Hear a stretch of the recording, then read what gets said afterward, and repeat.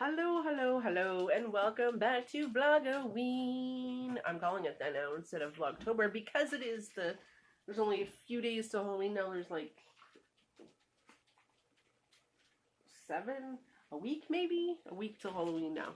So because there is a week from Halloween, I thought that I would review the movie Halloween, not the 1978 version. The 2018 version, which I just came back from seeing, and I was so excited. I was so excited that I put out on my Instagram a picture of a pop, and then when I was sitting through the movie, I realized that my husband, this guy right here, handed me Jason, not Mike Myers. I asked for Mike and he handed me Jason, and then I took a picture of it and I was like, and I posted it, and then halfway through the movie it was really bothering me, so I did that thing you're not supposed to do. I busted out my phone and deleted it, but I busted it out in my purse and nobody could see, but there was only like maybe 10 people in the theater. There was me and my friend Haley and then like 8 more people maybe. Not very many at all. But we just came back from it, and I hated it. I mean, like, I don't throw around the word hate a lot, especially when it comes to movies and horror movies and movies that I'm super excited to see, but it was so disappointing. It was so boring. Like, the first hour, it was just like, okay, this is like, why are you doing this whole backstory with, you know, why Lori and her daughter was separated, and like then there's like this journalist, and like honestly, I only jumped. I'm gonna put you here, so hang on. I only jumped, I think, twice, and the only reason I jumped the first time was because my friend and I weren't really paying attention to what was going on the screen, and then all of a sudden something happened, and I was like, oh, that was it. I wasn't scared. I wasn't grossed up. I was more thinking logically. Like, there was a lot of stuff that was,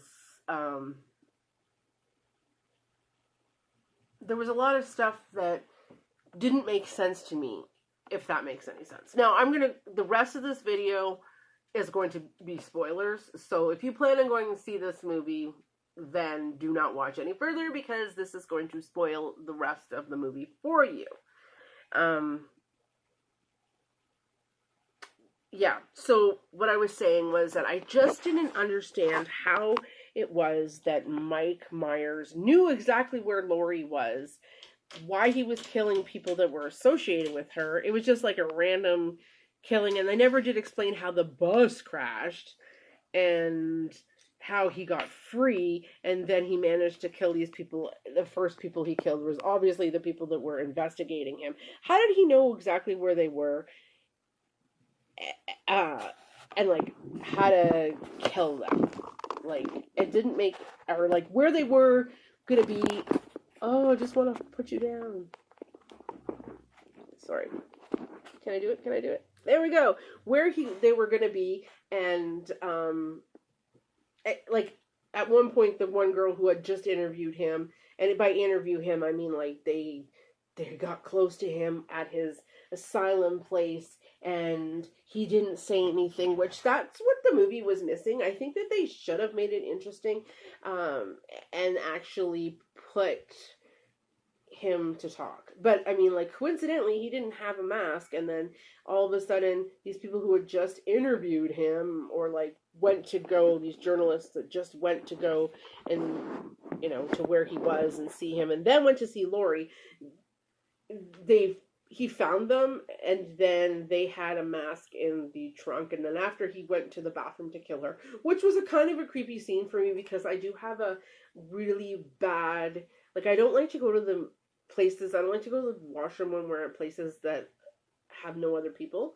So, like, I would never go to a restroom outside, or like use a porta potty, or like use a gas station bathroom outside. Never, ever, ever, ever gonna happen. I even have a problem, like, sometimes when I go to the movies, like, if we go to the movies and there's no one else around and I have to go into the bathroom, I'm kind of freaked out. So I will wait till we come home, like, honestly. So that part did freak me out, I won't lie. But it just kind of seemed like, oh my god, what a coincidence. It's all of a sudden he knows where they are, and then he went to use the bathroom, and yeah, and then he killed her. So, and then they have the mask, which kind of doesn't make any sense. And why they're two British podcasters, I don't really understand. And what the point of them being in it, I don't really know. But they actually have his mask, which, I mean, again, that's awfully coincidence that they have the mask there, and then he just knows where it is, and then, like, I don't know. Then he gets it, and then he changes into the outfit because he happens to kill someone that's wearing that outfit. Honestly, yeah. I don't know. A lot of it didn't make any sense to me. I mean, all of a sudden he did find where the granddaughter was, and there was all this big backstory with the granddaughter, and then the dad, and then the dad, the granddaughter's, oh, come here, the granddaughter's new boyfriend, and this big huge build up that Lori and Mike are gonna actually reunite, and then when they do reunite, it's just like, meh. I mean, I don't really care about the granddaughter. My goodness, come here. Come here. Sorry. I don't know what's going on. Come here. I didn't care about the granddaughter in any way, shape, or form. Actually, I was like, oh god, I hope she dies. And I didn't care about the daughter either. I was like, whatever, who cares? And then it just didn't make any sense that, like, all of a sudden, okay, so there's this big, huge build-up. The dad dies. The daughter happens to find her grandmother's cabin in the woods just by randomly showing up there. I don't know if she's ever been there before or not, but she just randomly shows up there, and then I don't know. She just... Hang on a second. They want out of this room, and why they're even in here, I have no idea. Hang on. Okay. So the granddaughter shows up there running through the woods, and then there is one part where they show a flashback of what happened in 1978, and of course they have to show the scene where Mike Myers at 6 years old, kills his sister, who just happens to be naked, brushing her hair. Like, yeah, and then the babysitter dies, and just all this shit happens, and I'm just like, why? Why does it matter? Like, none of it really made sense, and it just seemed like it was just like, oh, well, we gotta have this kill ratio, and if we don't get it in there, then it won't be a horror movie. Then there is this huge build-up that they finally reunite, and she's living in this house that's got all these contraptions in this, like, fake basement, and if I have a fake base, or if I have a basement just full of guns, and I have some place where nobody's gonna know, and it opens up underneath the cupboard, then I'm gonna have a way out of this room. Like, she didn't have a way out of this room. Like, she didn't have a trap door or anything, but then at the end, Mike Myers goes down there after being run over, stabbed, shot off his hand. I mean, all these people tried to kill him. Nobody succeeded in killing him. I don't know. And then he goes downstairs, and there was like gas down there or something, and then she like sets it on fire, and then supposedly he blows up. And then of course at the very, very, very, very, very end, they get out, they get picked up by a hitchhiker, or like a truck picks them up, just happens to be going by, and then it shows the mom, the granddaughter, and the daughter all safe in the back of the truck, and then we hear Mike still breathing, which that house blew up, basically. There's no way he got out of there. There's no way he didn't burn to death. I mean, yeah. And I mean, like, the first Halloween was the best, and there was, yeah, I don't know. This just, was a disappointment. Big time. Although I've always said that he's my least favorite horror guy. I mean, like, or at least second least. No, maybe least. I think he's the least. Like, I don't know. I just didn't like it at all. And my friend had turned to her at the end and I was like, did you like this? And she's like, no, I'm really disappointed. I'm like, out of 5, what would you give it? And she's like, 1. I said I'd give it a 1.5, only because there was this vibe that it was, you know, not a sequel, I would say, but more of its own kind of movie. But then they did say that she was not related to him, and I think that was whole part of the franchise, is that she was related, and that what ended up being her own brother or something. Yeah, I don't know, and I don't know, like he has several opportunities to kill her, and he doesn't, and she has opportunity to just like really kill him, and she doesn't. I guess because it has to be